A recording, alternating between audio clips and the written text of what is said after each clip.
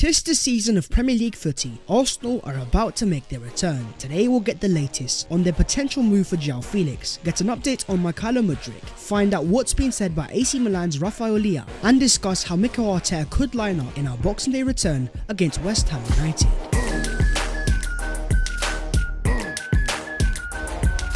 Yo, what is going on, guys? My name is Baus14 and welcome back to your boys channel. I hope you guys are having a sensational and very Merry Christmas, but the real excitement is for tomorrow because the Arsenal is back. So if you enjoy this content, smash a like and also subscribe to the channel if you are new and help your boy on his road to 150,000 subscribers. But let's start off with Arsenal's pursuit of a new forward. If Arsenal fans had one wish for Santa Claus this season, it's definitely a new forward, and that is because we are going to be without our main striker Gabriel Jesus for a lengthy period of time, as Jesus has posted an update on his social media, posting a photo of himself in crutches with a caption, progressing. Progressing he might be, but in terms of a return date, Mikel Arteta says, with Gabby it's very difficult to put a time frame on his recovery. It was a significant injury, and knowing him, I prefer not to give any dates away. Now, fairly reliable reports have claimed that Jesus is going to be out until at least February, but in terms of the type of knee injury that Jesus has suffered, Arsenal had the exact same issue last year with Granit Xhaka, and he was able to make an early recovery. But in his absence, Arsenal have an opportunity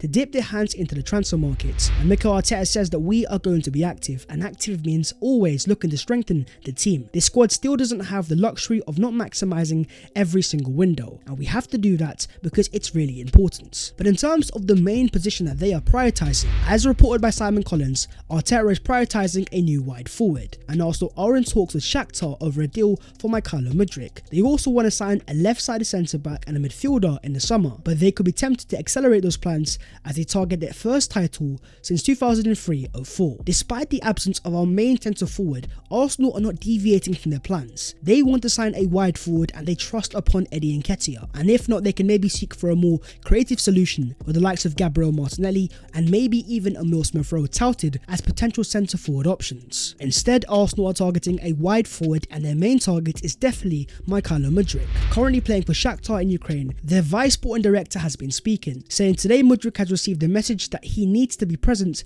at the restart of training in Antalya, but Arsenal is a club interested, I can't deny. The people at Shakhtar are making it very obvious and very clear. Arsenal are the team that have the interest and they are making the moves behind the scenes. And as per Fabrizio Romano, Arsenal have the green light on the players' side because Mudryk would be happy to join Arsenal. He would be really happy to try this experience in the Premier League. So now it's on the clubs. Let's see how the negotiations will go. Arsenal understand that personal terms will not be an issue. The only concern here is the price tag set by Shakhtar, and if Arsenal can agree those terms, which we are talking at around 50 to 60 million euros, then there's a very good chance that Arsenal can make this transfer happen in January. And as Fabrizio Romano says, the feeling of all the people in the industry is that Arsenal know how special this guy can become in the next years. The fact that Arsenal are even considering paying this sort of money for a player that is only proven in Ukraine, this has to be a player wanted by Mikel Arteta, and he knows his wide forwards, and one can only imagine that with Rafael Leao he sees a superstar potential, but would also be able to have an impact on the current Arsenal first team as well. But talking of blockbuster wide forwards, let's talk AC Milan's Rafael Leao, the reigning Serie A MVP, who is out of contract in 2024. And when Leao was asked on if he's interested in playing in the Premier League, he says yes in the future, but now I'm 100% focused on AC Milan. I am at a top club and I'm under contract. I've seen a lot of games this year. I like Arsenal and I think they play very well. We are talking a guy that played an integral part in breaking AC Milan's 11-year drought for the Serie A, having scored 14 goals last season, a full Portuguese international who also thrived at the World Cup, having finished inside the top 30 for this year's Ballon d'Or. Leao has definitely established himself as one of the best wide forwards in the world, and his profile is so unique because he's so powerful standing at 6'2",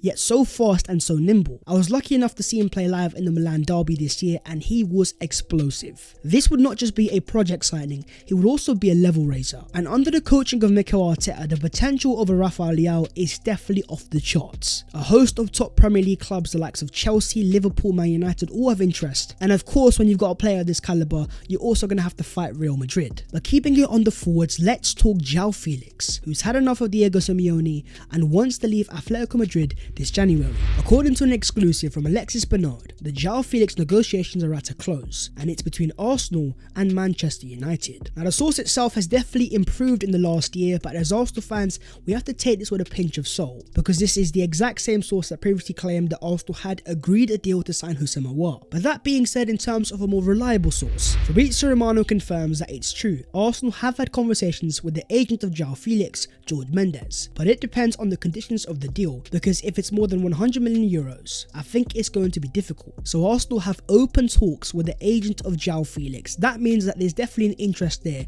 They want to sign the player, and Edu Gaspar does have a pretty decent relationship with Jorge Mendes. But this is not about convincing the player. This is all about the price tag set by Atletico Madrid, especially with the interest that Arsenal have in Mykhailo Mudryk. There is no chance that Arsenal spend that sort of money on Joao Felix, and maybe Arsenal look for an alternative solution. So as per Duncan Castles, Arsenal have interest in signing Joao Felix alongside Manchester United. As things stands, discussions with Arsenal are understood to be more advanced at present. Atletico Madrid are asking for a loan fee of around £8 million, plus the player's salary paid in full, and there would be no contractual option to buy. Now this is the only way that I think Arsenal can get any transfer over the line, and Joao Felix would be a bit of a 2-in-1 signing, someone who can play out wide but also could play down the middle. But not only is £8 million for just half a season a very expensive loan fee, but likewise is the player's full salary around £250,000 a week. Could Arsenal afford that? Yes, they could, but would it be a worthwhile signing, especially if there was no option to buy? That, my friends, is for you guys to decide down below in the comments. Are you open to Arsenal signing Joao Felix on a loan transfer, potentially alongside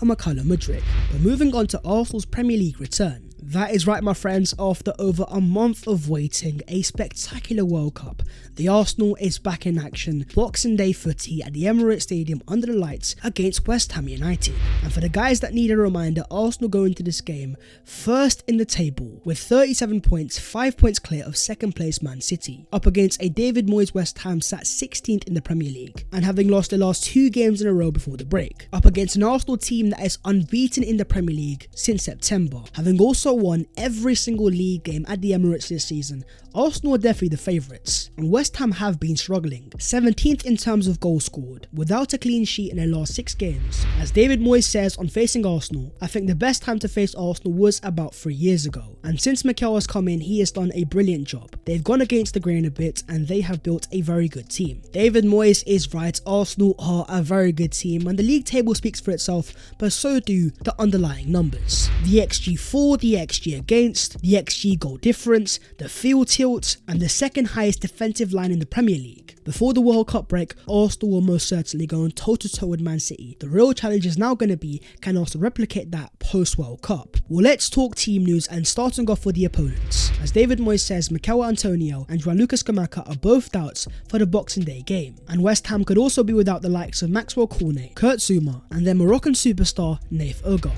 Whereas in terms of the Gunners, there is going to be no Reece Nelson or Gabriel Jesus. But in terms of Emil Smith-Rowe, Mikel Arteta says Emil is close. He's starting to train again. He's had a little setback, but he is in a good place. Arsenal could also welcome the returns of Alexander Zinchenko and Takehiro Tomiyasu, and should have a fully fit Kieran Tierney. But what about our French superstar at the back, William Saliba, who has not started a single competitive game for over a month? And if he's going to start against West Ham, Mikel Arteta says, let's see. That depends on how he comes back. We have the data of what he's done in training. When he gets back, we will make the decision. Saliba will definitely be fit and available, but the real question here is match sharpness. This all falls down to Mikel Arteta and whether he trusts upon William Saliba to throw him straight back into the Premier League. But in terms of how Mikel Arteta could line up, it's definitely going to be the 4-3-3 formation with Ramsdale in goal, and I think it'll be a back four of Ben White, William Saliba, Gabriel, Kieran Tierney, the standard midfield trio of Granit Xhaka, Thomas Partey and Martin Odegaard, and the front three of Gabriel Martinelli, Eddie Nketiah and Bukayo Saka. Now, a lot of that first team wasn't at the World Cup and haven't played a real competitive game since our last game against Wolves, and on one side that could work to our advantage because these players are going to be rested, but on the other side, how match sharp are these players going to be, and are they going to have that competitive edge, especially without their main striker Gabriel Jesus, where without him we're going to have to see a certain Eddie Nketiah stand up. It's time to see why Arsenal paid him the £100,000 a week in the summer. This is the prime opportunity that he has been waiting for, and now it's his time to shine. But in terms of the tactics, even though Moyes' West Ham have struggled, a lot of West Ham's underlying numbers show they should be comfortably in the top half. These guys do create chances and expect them to come to the Emirates Stadium to park the bus and play on the counter-attack. And then with the threats of Paqueta, Bowen and Benrahma, Arsenal will have to be careful. But with the strength of the Arsenal first team being back at the Emirates Stadium, our first game back after the World Cup, and with Man City not playing until Wednesday, Arsenal will have the opportunity to open up an 8-point gap before a massive game against Brighton away,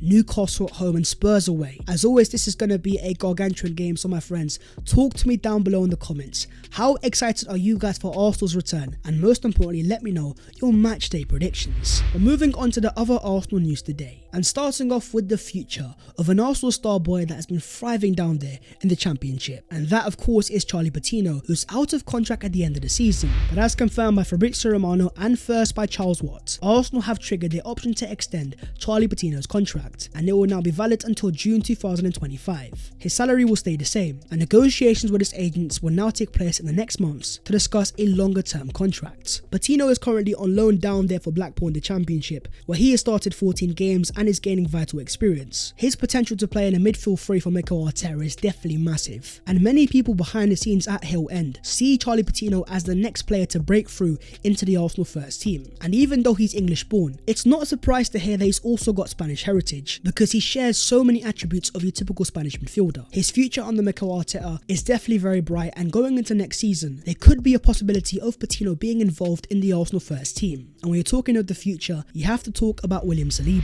who ranks as the highest player in the Premier League in terms of possession won in the defensive third with 70, the best by a country mile. And what makes that stat even more impressive is that Arsenal have deployed the second highest line in the Premier League. That is defensive sweeping at its finest. But on the topic of Arsenal stats, with 72.7%, Martin Odegaard has the best take-on success rates in the Premier League. The Arsenal captain has starred in many ways, and in terms of take-ons completed, 16 out of 22. With this guy's level of technical security, to many Arsenal fans that won't even be a surprise. And here's the best stat by far. After 16 games in the 2021 season, Arsenal was 6th place with 26 points. Fast forward to 2022, Arsenal are top of the Premier League with 37 points, a gargantuan jump up of 11 points. It means that Arsenal are top for Christmas, and 7 out of the last 9 teams to do so went on to win the Premier League title. But none of those seasons had a World Cup in between them, and of course in terms of Arsenal, one of the youngest teams in the Premier League with no Gabriel Jesus, how are they going to respond? How is Eddie Nketiah going to perform? And with the games in the Europa League to come, the FA Cup and the Premier League, can this Arsenal squad cope? All of these questions are to be answered in the second half of the season,